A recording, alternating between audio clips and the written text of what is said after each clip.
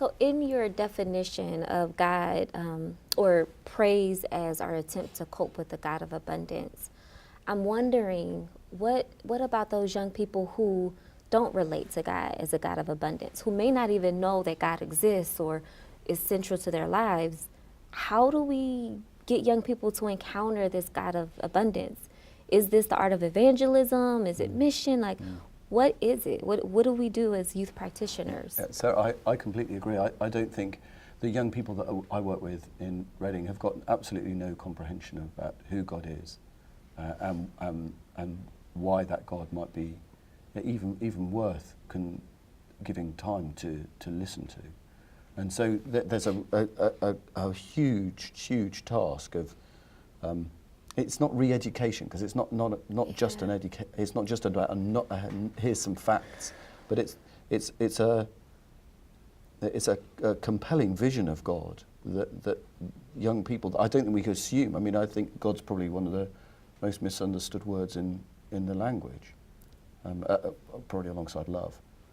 And so we've got to say, hold on, we've got to define our terms, and we define those terms by a person. We define those terms by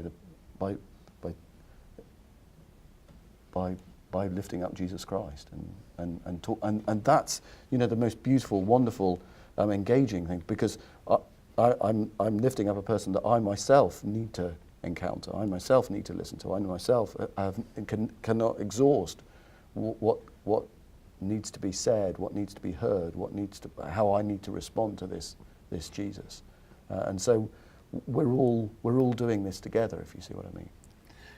Yes, and I think it's testimony is one of the most powerful things of all, you know, that, and it's not just testimony to a change in my life, but it's also a testimony to a change in my thinking and my imagination. And I think, you know, good worship, you know, fosters, you know, through decent preaching, you know, it fosters good thinking, but also, you know, a transformation of the imagination and of the, you know, the heart, you know, where your heart is oriented. And I think one of the most basic things is the re-education of desire. You know, what do we really desire?